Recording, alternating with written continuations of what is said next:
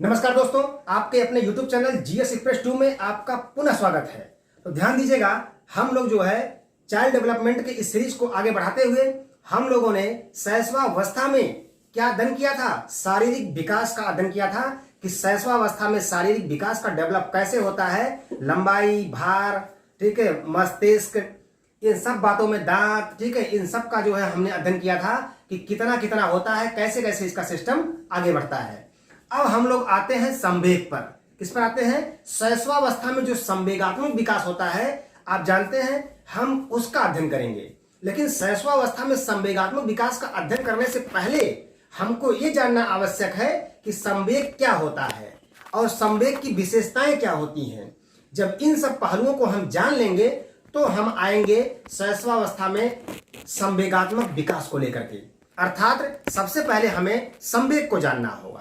तो आइए हम जानते हैं कि संवेग क्या है। ठीक है, व्हाट इज इमोशन, इमोशन क्या है, ठीक है, संवेग क्या है, तो इस पर विशेष ध्यान दीजिएगा। अब आप अपने मन में एकदम नॉर्मली अनुभव करिए कि मानव जीवन में प्रेम, क्रोध, भय, घृणा, हर्ष आदि का अनुभव होता है। और जब आदि का अनुभव होता है तो इन्हें ही हम संवेग कहते हैं। क्या कहते हैं? इन्हें ही हम संवेग कहते हैं। मानव के व्यक्तित्व के निर्माण में, मानव के व्यक्तित्व के निर्माण में संवेगों की अहम भूमिका होती है। क्या कहा मैंने? मानव के व्यक्तित्व के निर्माण में संवेगों की अहम भूमिका होती है और संवेगों के द्वारा ही मानव विभिन्न कार्यों को करने की प्रेरणा लेता है।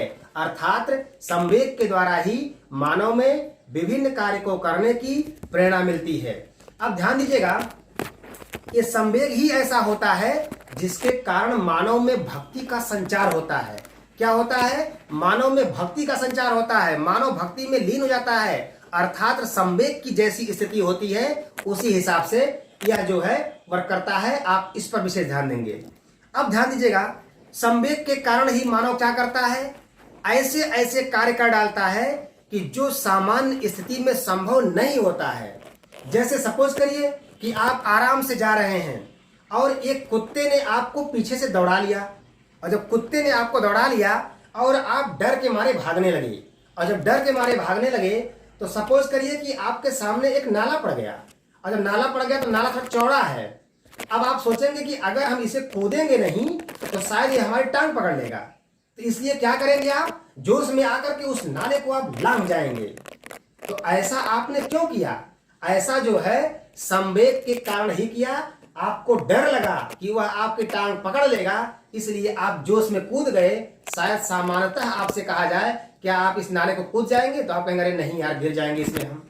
तो ये ध्यान रखिएगा, मानव जीवन में हर जो है मानव जीवन में संवेगों का महत्वपूर्ण रोल होता है और प्रत्येक मानव प्रत्येक क्षण किसी न किसी संवेग में अवश्य रहता है। तो यहाँ इस बात का ध्यान रखिएगा। एक एग्जाम्पल आपको और दे रहे हैं। संवेग के कारण ही मानव अपने से ताकतवर व्यक्ति को परास्त कर देता है। कभी कभी आपने देखा होगा कि जो मानव जो है जिस व्यक्ति को परास्त नहीं कर सकता है, और कभी कभी गुस्से में आकर के उस व्यक्ति क्या करता है? परास्त कर देता है। तो ये रहा संवेग के एग्जाम्पल। आप समझ गए।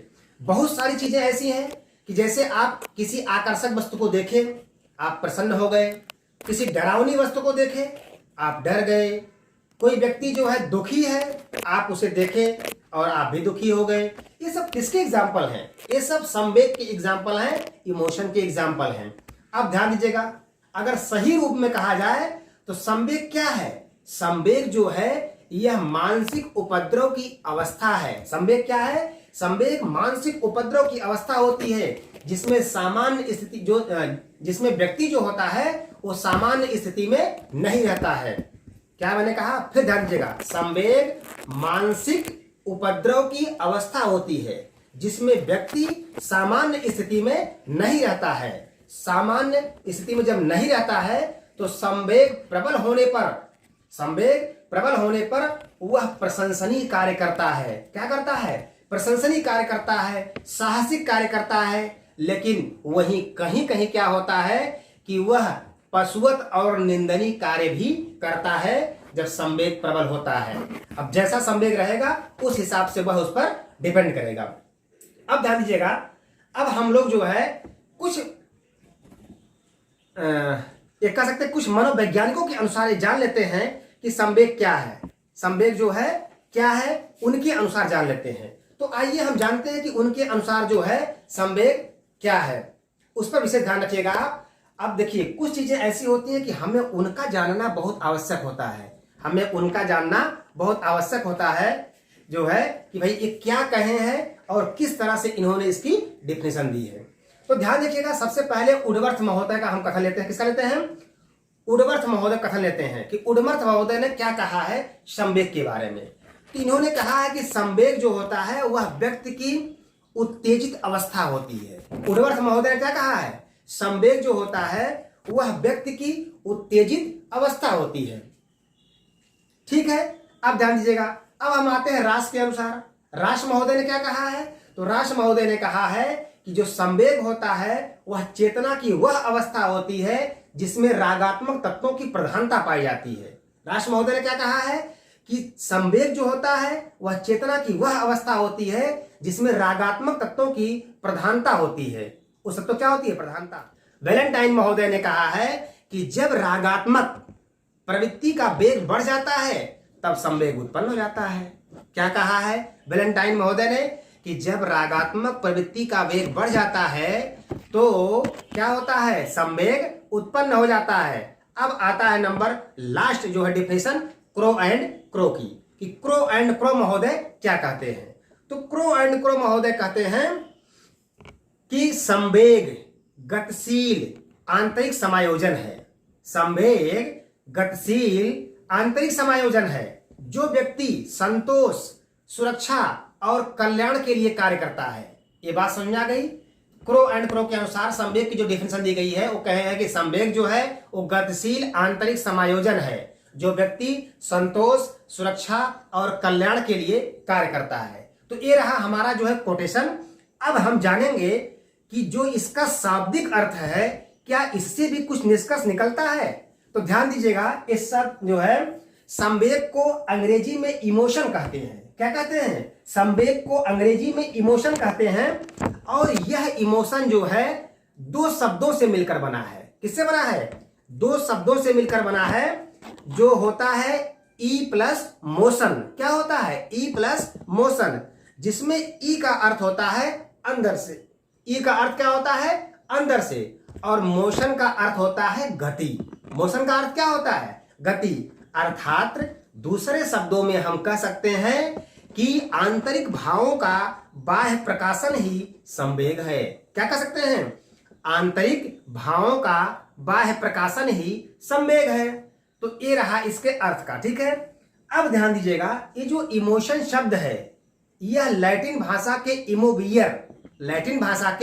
इमोवियर से उत्पन्न हुआ है या लैटिन भाषा के इमोवियर से निकला है। अब ध्यान दीजिएगा, और इसका अर्थ क्या होता है इमोवियर का? इमोवियर का अर्थ होता है उत्तेजित होना। क्या होता है? उत्तेजित होना। तो यहां ध्यान दीजिएगा, संवेग जो है क्या है? वो व्यक्ति की मानसिक एवं शारीरिक उत्तेजित अवस्था है। अब एक एग्जाम्पल ले लेते हैं, उसके बाद हमारा जो है संवेग का जो है टॉपिक यहीं एंड हो जाएगा। ध्यान दीजिएगा, एग्जाम्पल आपको ले लेते हैं कि जैसे व्यक्ति होता है, अब वह किसी वस्तु को देख करके अगर डर जाता है, व्यक्ति जो है अगर डर जाता है तो वह भय से क्या करता है? वह कांपने लगता है, अपने बचने का उपाय सोचने लगता है, कुछ समय के लिए बुद्धि पर से नियंत्रण जो है हट जाता है और उसके बाद वो क्या होता है? वह एकदम सामान्य हो जाता है। तो उसके बाद ध्यान दीजिएगा, तो यह क्या है? ये शारीरिक भी है और मानसिक भी है। भाई डर से कांपने लगा, ठीक है, बुद्धि पर से नियंत्रण हट गया। अब ऐसी स्थिति में क्या करता है व्यक्ति जो है एक ऐसा संवेगों के कारण ही करता है। तो इस वीडियो में हमने क्या पढ़ा? इस वीडियो में हमने पढ़ा कि संवेग क्या होता है। संवेग जो है कि अलग अलग राइटरों के अनुसार और अलग अलग मनोवैज्ञानिकों के अनुसार संवेग क्या होता है। संवेग की उत्पत्ति लैटिन भाषा के किस शब्द से हुई है और उसका क्या अर्थ होता है। ये सब बातों को हमने जान लिया। अब हम लोग नेक्स्ट वीडियो में पढ़ेंगे संवेग की विशेषताएं, और जब हम संवेग की विशेषताओं को जान लेंगे तो हम लोग अध्ययन करेंगे कि शैशवावस्था में संवेग का विकास क्या होता है या कैसे होता है उसको जानेंगे, और उसके बाद शैशवावस्था में संवेग का ये विकास का जो चैप्टर रहेगा ये एंड हो जाएगा। और फिर हम आएंगे सामाजिक विकास पर, और सामाजिक विकास शैशवावस्था खत्म करने के बाद पुनः हम लोग आएंगे बाल्यावस्था की शुरुआत करेंगे। तो आज के वीडियो में यहीं तक। अगर वीडियो आपको अच्छी लगी हो तो लाइक करना ना भूलें। यदि आप हमारे चैनल पर पहली बार विजिट कर रहे हैं तो चैनल को सब्सक्राइब करना ना भूलें। मैं टॉपिक को छोटा करके पढ़ा रहा हूं, उसका रीजन यही है कि आप थोड़ा ही पढ़िए लेकिन उसको याद कर लीजिए, उसको कई बार देख करके उसको रिवाइज कर लीजिए ताकि वो आपको याद हो जाए। उसे प्रयास में करता हूं कि आपको क्लास में ही याद हो जाए।